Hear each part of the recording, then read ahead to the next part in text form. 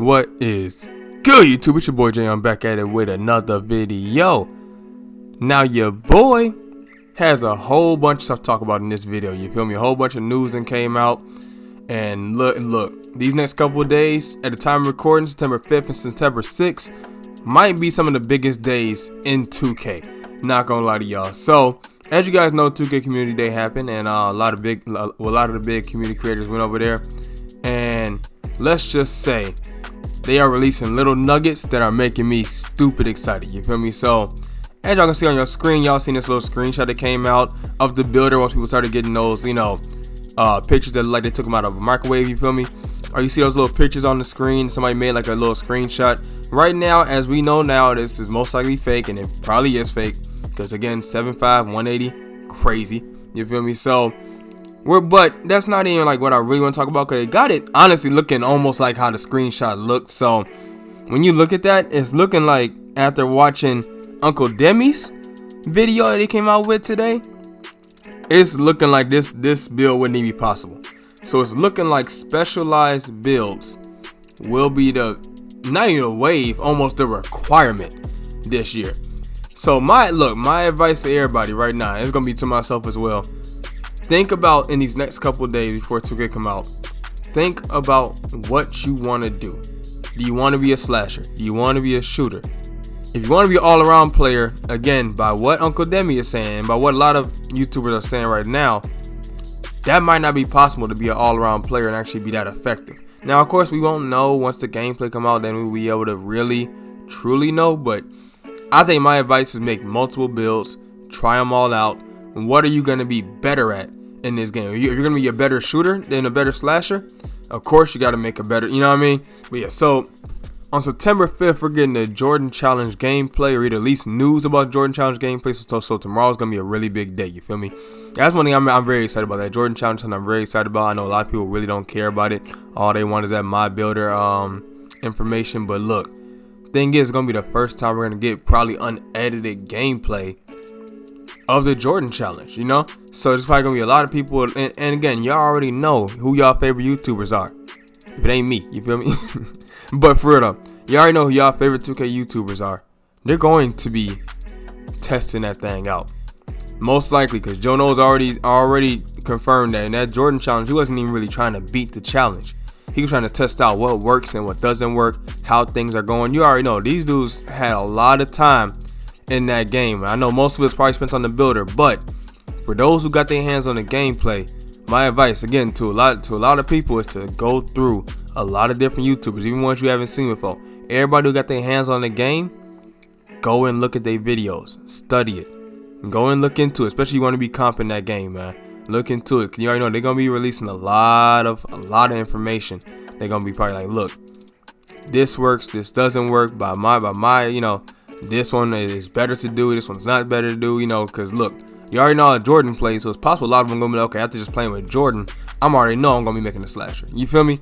So this is gonna be a great year, because by what I'm seeing, everybody has had the same reaction to this builder.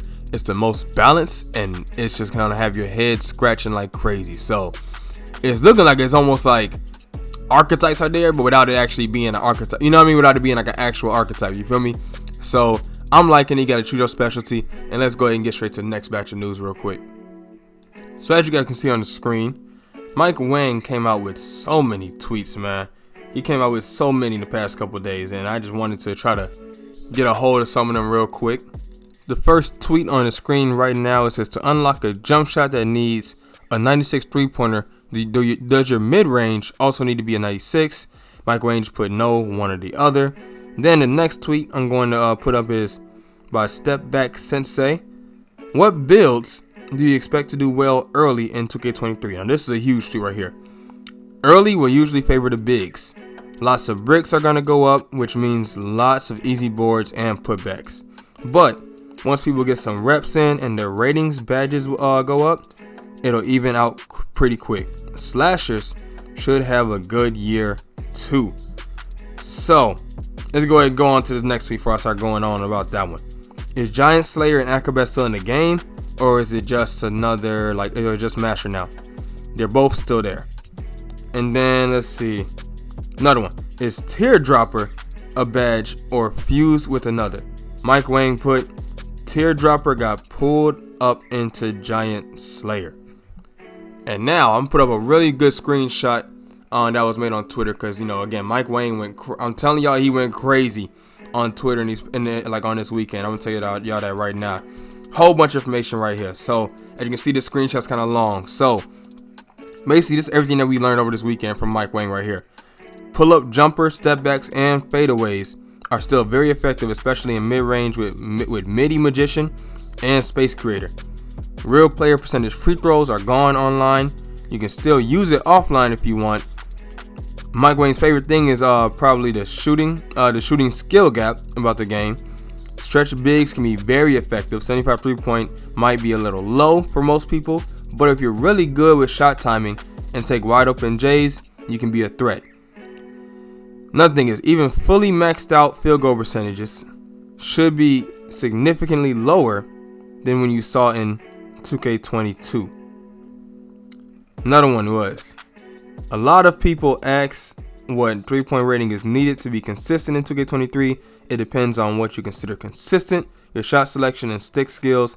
But if you plan to shoot a lot of threes, I personally would try to go mid to high 80s at minimum. Now again, all this information is like just straight up like pulled away from Mike Wang's tweets and put into one screenshot. So again, shout out to the person who did this for real.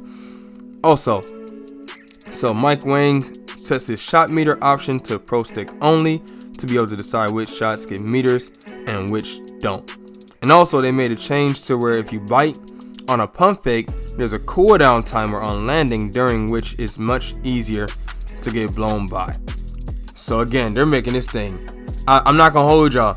I don't want to hype it up too much, but this might be the GOAT 2K. You know what I'm saying? If gameplay is really good, that's the thing. If gameplay is good, it's might be one of the most balanced 2Ks, and it's gonna like really like it's gonna literally be a skill gap. You know what I'm saying? Where like it's not gonna be a lot of casuals going crazy. You feel me?